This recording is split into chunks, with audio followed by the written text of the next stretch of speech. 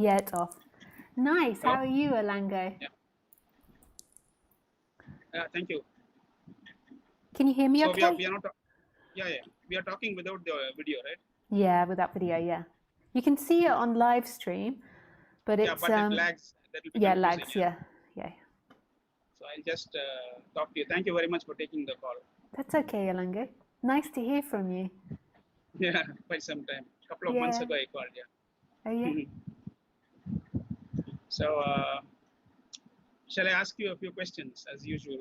Yeah, go for it. Okay. What is enlightenment? Because it's been nearly 2 years since I've spoken to you directly. I just wanted to sort of, I've sort of also done my own research, especially in the last couple of months on spirituality. So I just wanted from you and to clarify with you this process, which appears to be the nucleus and the central point of all spiritual seeking, and that is called as enlightenment. What is it according to you?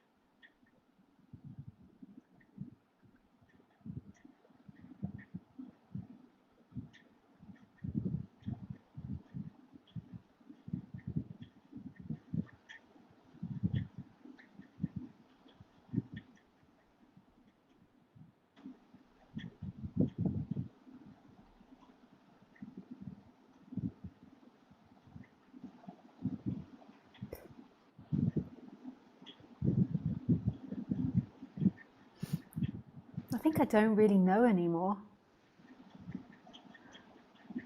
As in? I don't really know. Like, I'm just sitting here and I'm listening to you. Yeah. And there is this happening. Yes. And then there's this concept of enlightenment. Yes. Like, then that's quite abstract, really. I know all the jargon. Like, so if I went into the jargon, I could say that it's the end of separation. But that's more the jargon. Like, in this very moment, it's just this. It's just me or you talking, or not even that, just sounds appearing, the room appearing, light appearing. It's so simple and fresh, not for anybody. There's no one it's appearing for, it's just appearing. And then there's this concept of enlightenment that's a little complex. But that's apparently the purpose of your talks, especially since you have now reached a milestone of 10 years. 10 years. 10 years of speaking about enlightenment. Yeah, I know. Well, I mean, yeah. And at the end of 10 years, I want the golden nuggets. Yeah, and I'm like, I don't know. Because after 30 years, I'm sort of, I have a certain criterion, I'll tell you, but after I listen to you. Okay. It's like, it's like a student who does a PhD and, done a research. Yeah. And then they submit it to the guide, but I will first listen to the guide before I submit, so that I do not, impress my, or, superimpose my, not that it will have any impact on an enlightened teacher, but still, I would like to hold my horses. Yeah, I don't know. It's like at the end of 30 years, and especially nearly about 7 years or 6 years after I met you on the online, where you have done such a such a gracious thing to really give me that focus on nothing. Yeah. Nothing happens. I've been trying to sort of link the old with the new. That is the new that you have come across. And though you are a lineage from the old, that is, you come from the Nisargadatta lineage of Ramesh, Roger, and yourself. But finally, I understand that you say there is no guru, there is no disciple, there is no lineage, there is no teacher, there is no teaching. But inbuilt in that message is the message of enlightenment, which has been there for many centuries. Yeah. So enlightenment from the timeline, I would say, is wonder, is the end of knowing.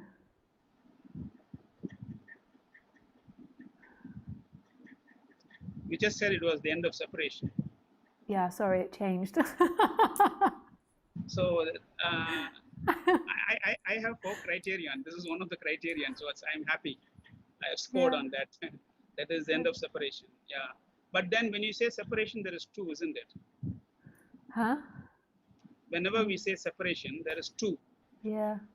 So So maybe what the is, best way to say it is the end of knowing, because separation only comes with meaning. But it's just this wonder of what is, right here, right now. This yeah, is it. end of this is it. I know for the last 7 years. That's the teaching. This is it, isn't it? Yeah. Now you said the end of separation, and when I asked you, I mean, separation is for two Yeah. entities, or my separation from the world. Mm. Then you said it is the end of knowing. Knowing for who? Knowing for who? Mm. Yeah, I don't know. Okay. But I mean, do you agree that you are a teacher? You're somebody who's teaching? When I think about it, like I can see the story of Lisa, and I can see that Lisa's been teaching something called non-duality Yes. for the last 10 years. But when That I'm is what I. just here, like listening to your voice, Yeah. and that's also where the words are coming from in a way, is just here. Like I'm not planning it, I'm not thinking about it. They're just coming out. I can just hear. It's just free. Your teaching in the last 10 years, where you have dedicated your life and sacrificed your career for this, though unwittingly, is I mean, would you agree with me that if I, as a seeker, tell you it is to end the suffering of people? Because you had suffering, and then post enlightenment, the suffering went away. Yeah. That's one of the hallmark of enlightenment. That is one of my criteria. One was end of separation. The second was the end of suffering for the human being. Not the pain of a dental toothache. Not that. The mental suffering, the mind going on and on about the future and the past, and stressing itself out, anxious, fearful. The end of suffering, totally. in terms of especially the fear. Would that be a part of what we call as enlightenment? Yeah. Yeah. It's not necessarily the end of fear, but it's the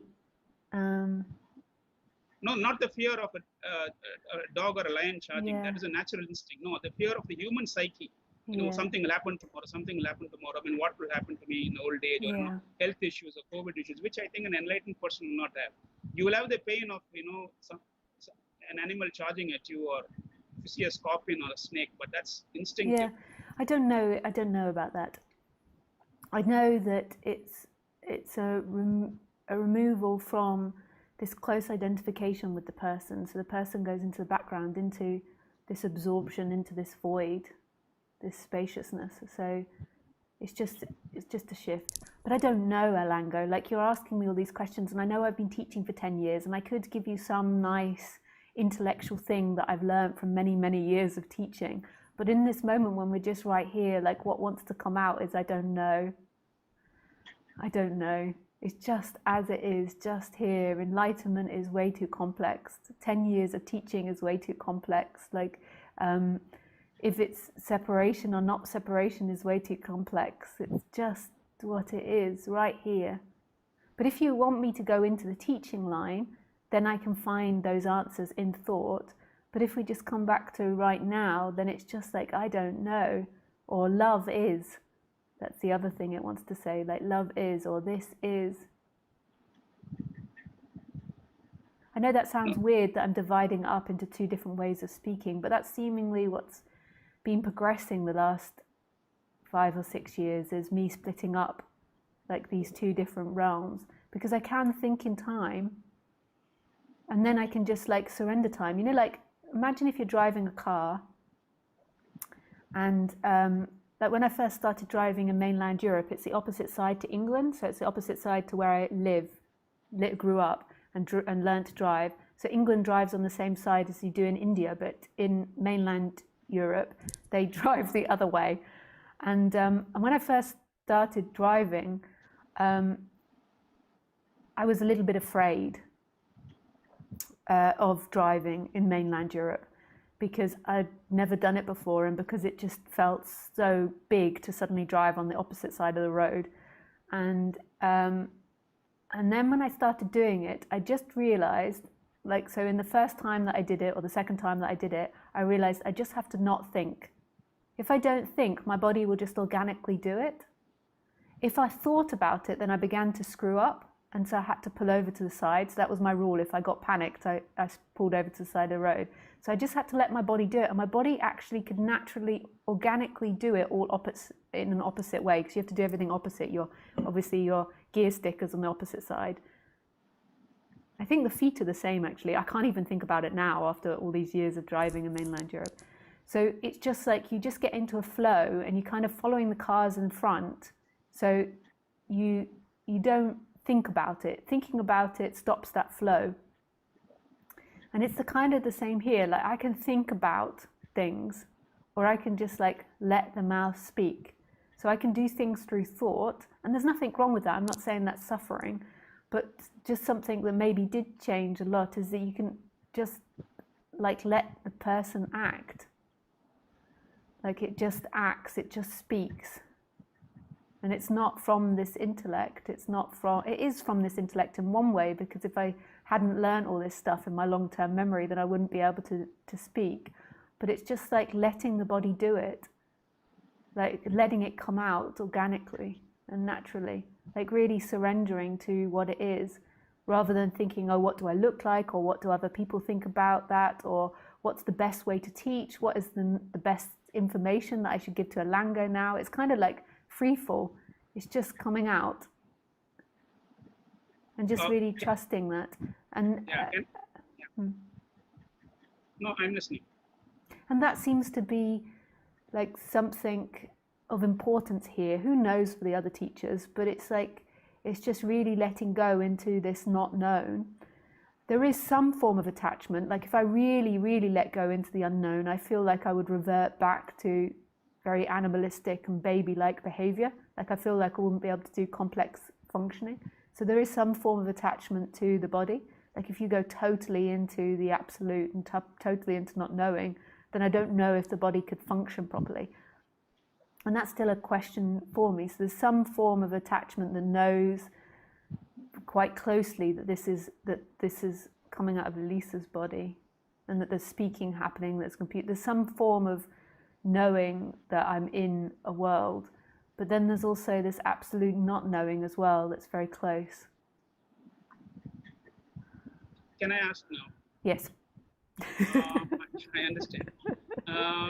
Now you are in an post-enlightenment. You are in a timeless, spaceless realm from where you're speaking. Apparently. Yeah.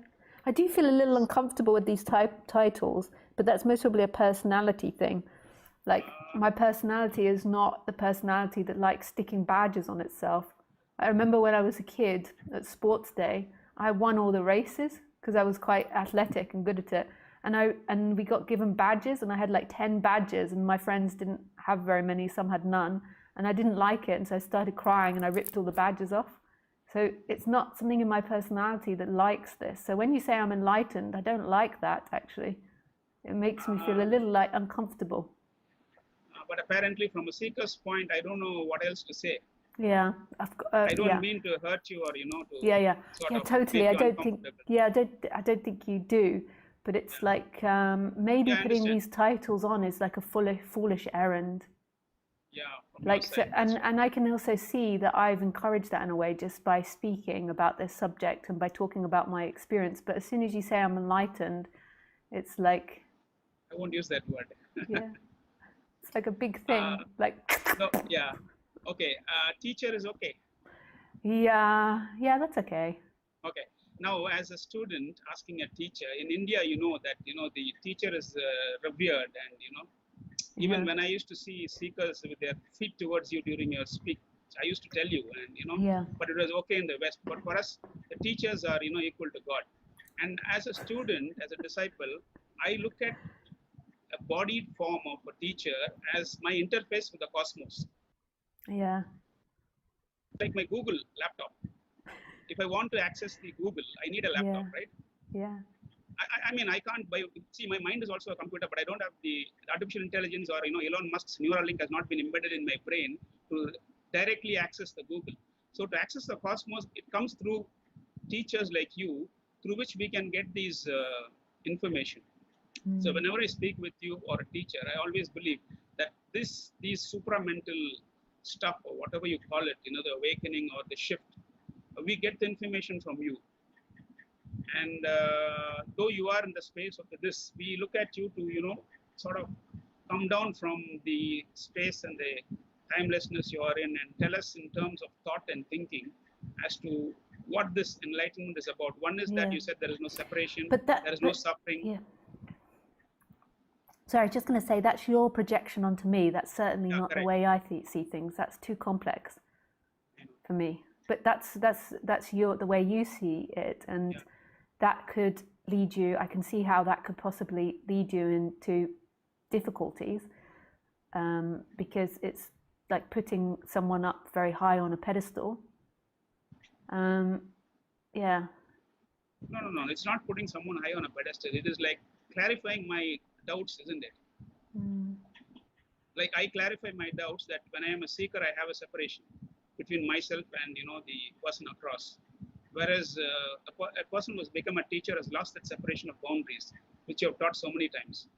That I take that as one pointer for me. It's nothing about you. Though it may apparently appear that I'm putting you on a pedestal, and I mean, yes, but that is not going to, I think, hurt me in my search and in my travel. I look at it, as a ball I bounce from the wall and get back, and then I'm going to use it for myself. I think this is a very, very selfish thing that I am doing, and any seeker is doing. There is. Yeah, and that's fair enough. But I would just, I think it's, if you're going to do that, then I would look at it as a very practical thing, and see that the human is flawed. Like Lisa is flawed. But if there's something that you find in this life in which connects you to that which is beyond yourself, or seemingly connects you to that which is beyond yourself, then of course you're going to go towards that. If it's the teacher, or if it's music, like of course, or if it's the ground, like sitting on the ground, like whatever it is that you feel that resonance with, of course you're going to go towards it. But you then just psychologically, like I would just say, do not rely on the guru or the teacher's personality to be perfect. Like don't. No. Like this is when we begin to get into difficulties with non-duality and this whole guru worship very thing. Clear. I'm very clear about that. Very clear that when I give my respect, it's for the the disembodied person. It's not the body and that's so the beautiful. characters. Not at all. That's not so at all. beautiful. And that's really beautiful that you've got that clear, because a lot of people haven't. They get that very muddled up, and this is when they get into all types of peculiarities. I did too. I did too. Yeah. But I think after listening to you, a lot of clarity came in. So the two things I have told you was, one is no separation, no suffering. The third thing I would ask you is it bliss, that you are always in a state of joy? The difference I find between the human pleasure and the bliss I'm talking about in spirituality is, for us seekers, I need to see a movie with a popcorn, or I need to eat well, or listen to music to be happy. But here there is a sourceless joy. That is what I call as the bliss, or what the Vedas call as the Satchit Ananta. That is part of the enlightenment. So I look upon these things. For example, I aim for this, and when I get it, I'm going to end my seeking. How long can I keep on seeking? So I bring this as, is it possible that the third could be that, apart from the no separation and no suffering, that there is always a bottom line of happiness, irrespective of whatever is happening? For me, bliss, the word bliss, or what I experience of bliss, comes and goes. Like that word bliss, it's something that I never used to really experience very much, but since the awakening I experience a lot, but it comes and goes. It's like something that comes up and dissipates. I would say that the character is more happy and more balanced. So that's what I'd say. And joyful, like childlike, like more childlike, I would say. Like there's more of an innocence there. But I don't know if that necessarily manifests in everyone. If you've got like a 70-year-old man that has an awakening, he's been grumpy his whole life, I don't know if that shifts. Like that sort of thing. So that's what happens on the human level. But to me, what the freedom is the emptiness that's behind that.